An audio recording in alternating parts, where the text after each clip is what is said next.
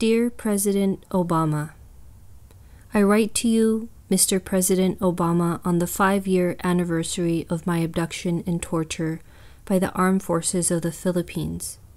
On May 19, 2009, while conducting healthcare work in the community of La Paz, Tarlac, Philippines, I was abducted by elements of the Armed Forces of the Philippines. As a U.S. citizen, your recent trip to the Philippines deeply disturbed me, because while there are still no genuine steps being taken to address past and present human rights violations in the Philippines, your actions did nothing to help. In fact, the signing of the Enhanced Defense Cooperation Agreement, EDCA, between the U.S. and the Philippines made the situation in the Philippines worse. EDCA is an unequal agreement in favor of the U.S. and in violation of the sovereignty of the Philippines.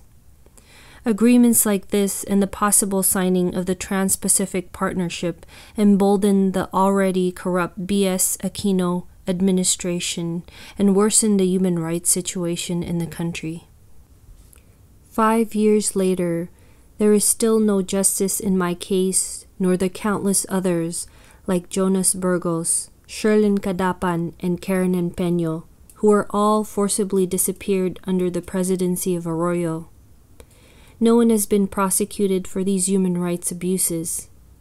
The Armed Forces of the Philippines, the very military that was involved in my abduction and torture and the torture of others, continues to receive funding and training from the U.S. government.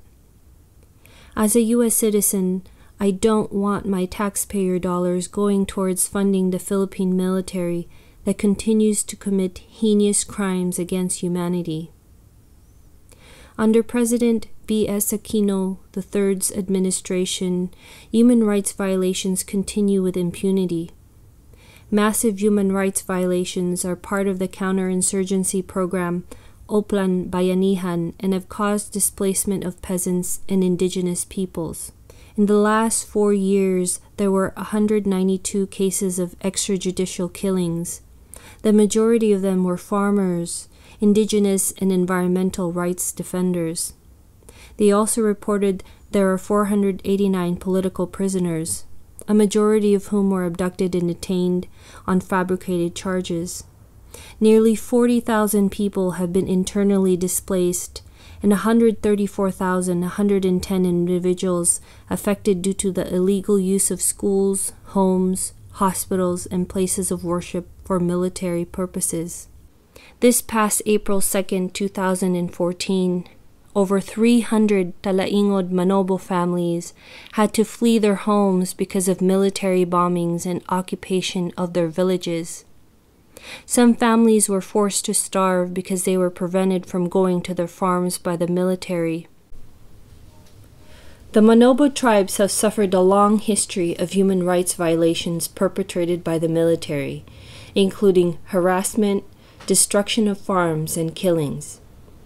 Stationing U.S. troops and equipment permanently in the Philippines under the new EDCA will further exacerbate the militarization of communities like the Manobos.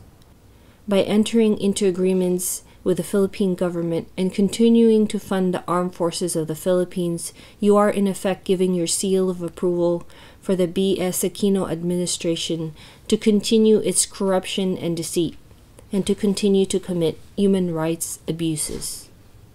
As President of the United States, I hope that you will push for the genuine investigation into my abduction and torture and demand that the Philippines punish the perpetrators.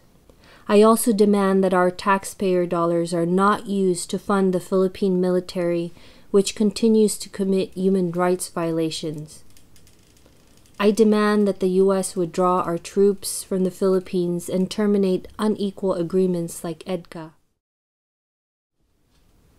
I hope that one day there will be a world without torture, a world with a just and lasting peace. But unlike you, Mr. President, I don't want to side with the oppressive governments like the administration of B.S. Aquino in the Philippines. I want to be on the side of history that aligns itself with the basic masses of the people who continue to fight to overcome oppression and exploitation. I want to be on the side of history that believes in the right of all peoples to live with genuine freedom and democracy.